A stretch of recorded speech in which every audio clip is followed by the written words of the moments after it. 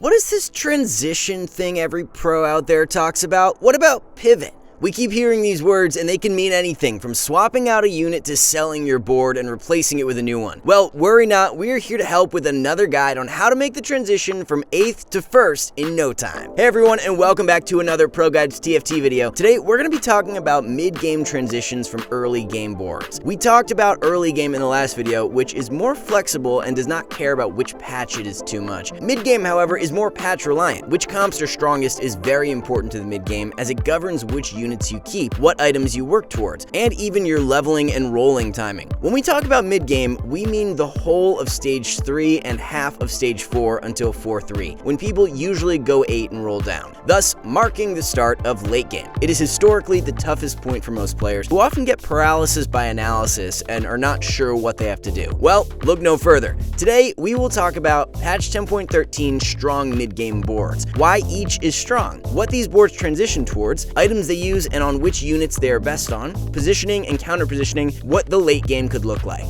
Before I dive in, I just want to let you guys know that we have a Discord community and a new subreddit that are both growing really fast. We have you to thank for that, and we want to continue building our community and helping you be a part of it. So make sure that you check out the link in the description below. I will see you guys over there. Alright, 10.13 best comps. Cybernetics. Cybernetics have been one of the S tier comps this patch, so it makes sense for us to talk about how to transition into them. Cybernetics being a tempo comp means you never really transition, not exactly. You just slowly build them up as you go along. The main mid-game transition you make is when you move from a board that looks like this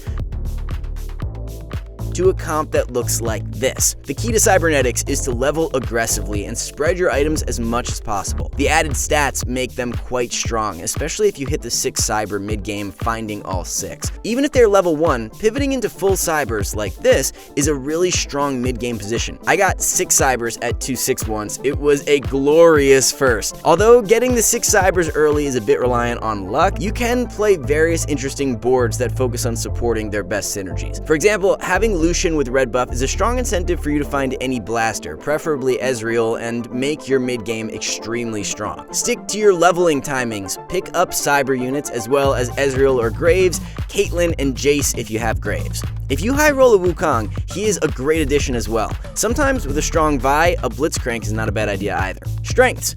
The reason Cybernetics is really strong in the mid-game is the extra stats. They make your units almost perform as if they are 2-star. If they are already upgraded, it's even better.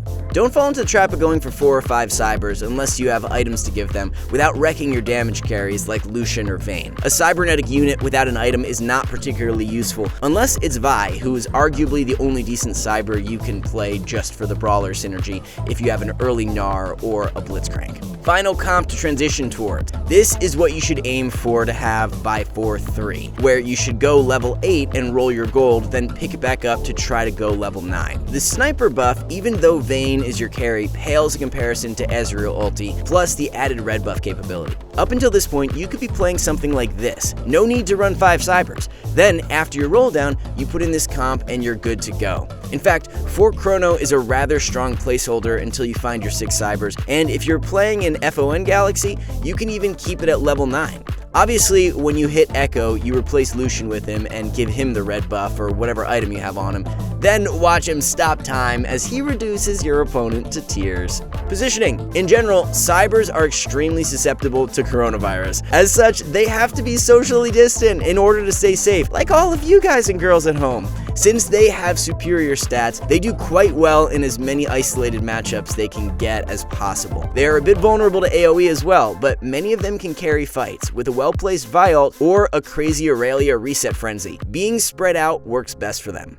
For counter positioning, people will try to send infiltrators on Vayne, especially Fizz, whose AoE ult might still hit Vayne after she tumbles. Positioning Vayne in this corner is also very likely to see her Zephyred, as most people put her there. Make sure you scout a lot to avoid that fate. This is the final comp you usually want to work towards as well.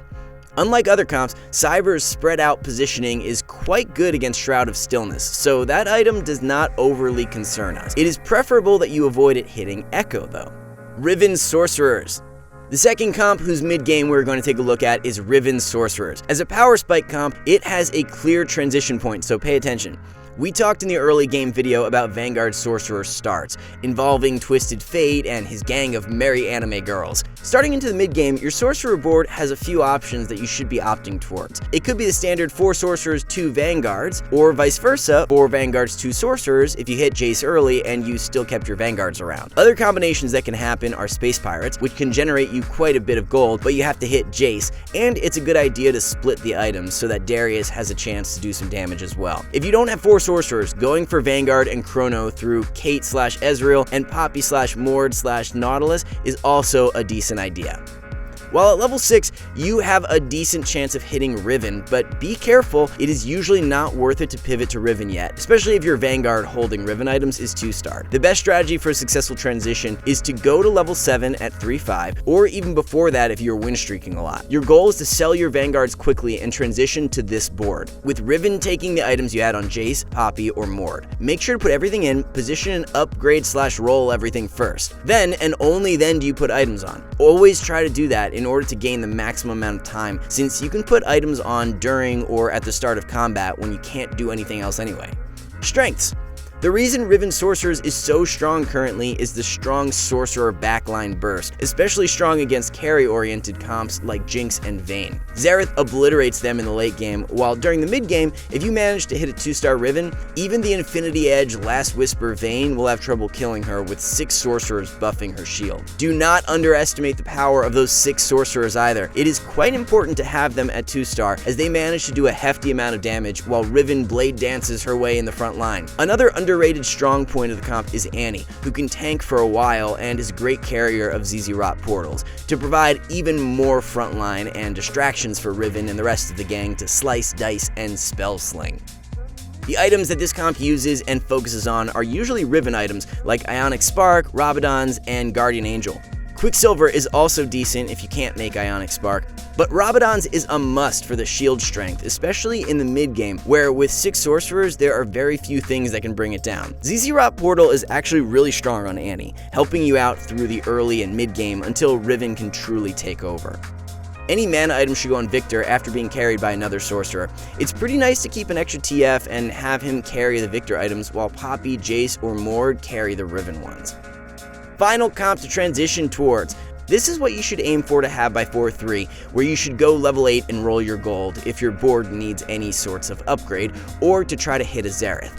If you hit Xerath, replace Ahri for him, or just don't run Fizz and run 7 Sorks until you go to 9. If your Annie has no items, she is definitely the girl to replace for Xerath as well.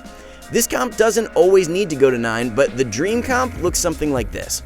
There is no big transition in the late game for this comp. It's all on you to make a speedy transition in the mid game when the Riven comes in. Do it fast, but carefully, and don't worry, you will get faster with practice, so keep at it. Positioning. Sorcerers have simple positioning in the late game, but in the early and mid game with TF and Ahri, positioning can be the difference between winning or losing. Even if you're weaker, you can kill more units by positioning correctly, saving some HP in the process. At the start of mid game, your positioning should look like this. Then, as you hit level 6, it should switch to something like this. Twisted Fate can also sit right beneath Leona, but he is in range of things like Jace Smash here. For this positioning to work, your opponents have to be on the same side as you, so make sure you scout and mirror the opponents you are most likely to face. The positioning looks the same on the opposite side, like this. For counter positioning, be careful of early Zephyrs on Riven. It can completely destroy you, as too many units will move past your vulnerable back line. Shroud, Ezreal, and Aurelion Sol are really strong against you when playing this comp, but you can only do something about 2 of them, as Asol is random. Try to move your Victor and Xerath around, and certainly try getting a Quicksilver on Xerath, moving him around the corners. When the opponent has a Vi, it is really important to put him somewhere where he most likely will not be targeted by your ult, as they tend to use their ultimate at the same time. There is no Jinx mid-game, we know. The comp is really similar to how Riven plays, as a fellow power spike comp, with the main difference being the focus on brawlers, blasters, and battlecast, with the occasional cybernetics chiming in. That's why we preferred to show you 2 comps that transition differently to the mid-game. Make sure to hit us in the comments with questions about Jinx or the comps you learned about in the video today. Now go out there and climb that ladder. As always, we love your feedback and continue to bear it in mind while creating our videos, so hit us in the comments with your experience of mid-game transitions, and I will see you guys in the arena.